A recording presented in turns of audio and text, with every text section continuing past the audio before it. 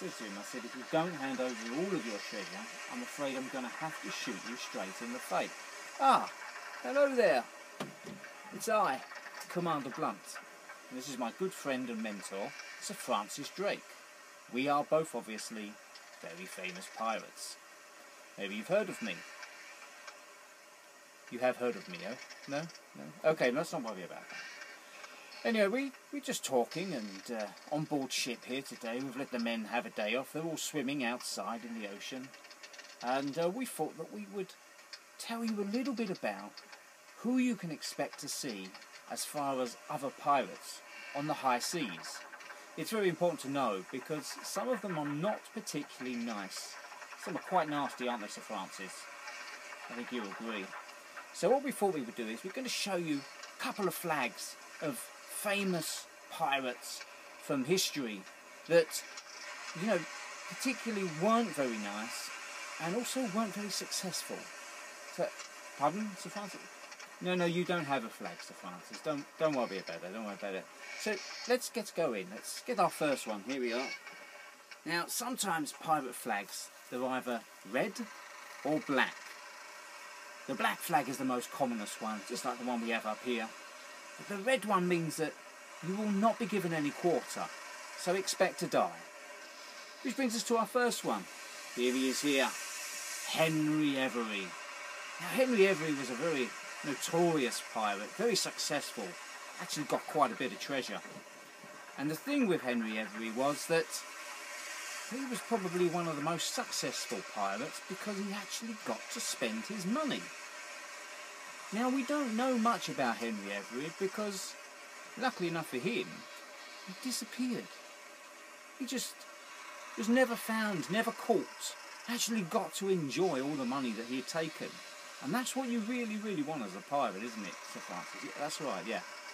Henry Every is quite a good pirate. Let's move on to the next one. The next one here is Edward Lowe. Oh, scary Edward Lowe. Now, he has the black flag. The black flag is quite a common flag, but as you see, he has a red skeleton. Ooh, very scary. Now, the thing is with Edward Lowe, Sir Francis, was that he only liked married men as part of his crew. He didn't like single men. Single men were actually tortured. He used to cut off their ears and force them into his mouth and do all manner of disgusting things. He actually was a very, very family-orientated pirate. Pirate, it's the same thing. He was very family-orientated. So if you're going to go on board his ship, make sure you're married. Let's move on.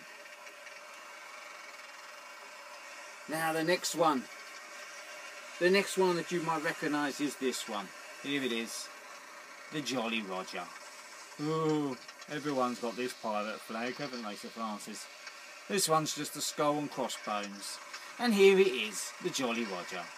Now, this was most famously used by Edward England. Edward England was quite a good pirate. Great name. But unfortunately, what we do know about Edward England was he must have upset his crew a hell of a lot.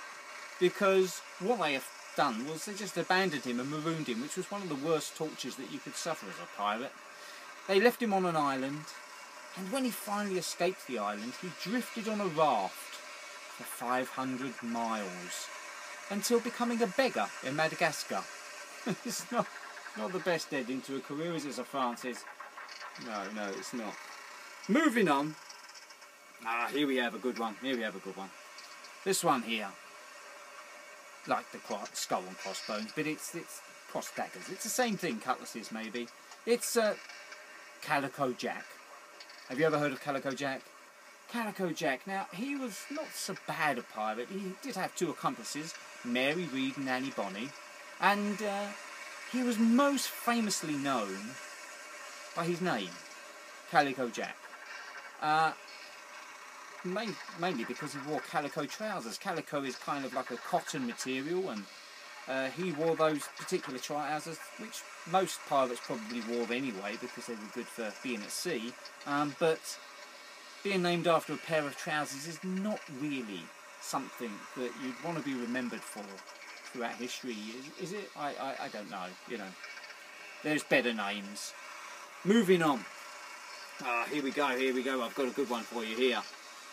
The skull, the dagger, and the heart, and probably one bone of, like, the leg or something, I don't know.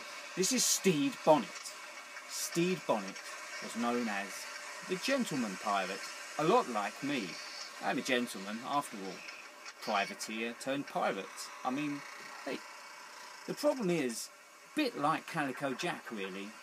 The only reason Stede Bonnet became a pirate, because his wife nagged him to be one. That's correct. He took to the open seas to become a pirate because his wife nagged him.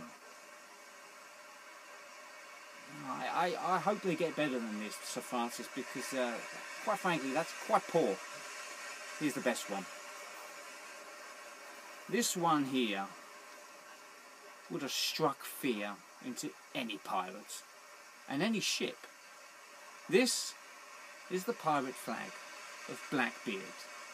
Now, Blackbeard is probably the most famous pirate. If anybody ever remembers a pirate and you ask them to call a pirate out, they will often say Captain Hook, Jack Sparrow and Blackbeard.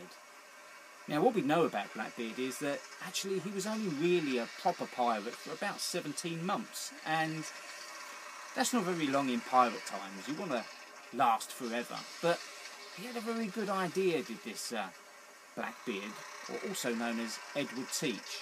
What he actually did was, he used to have this very, very big scraggly black beard, as you can imagine, hence the name.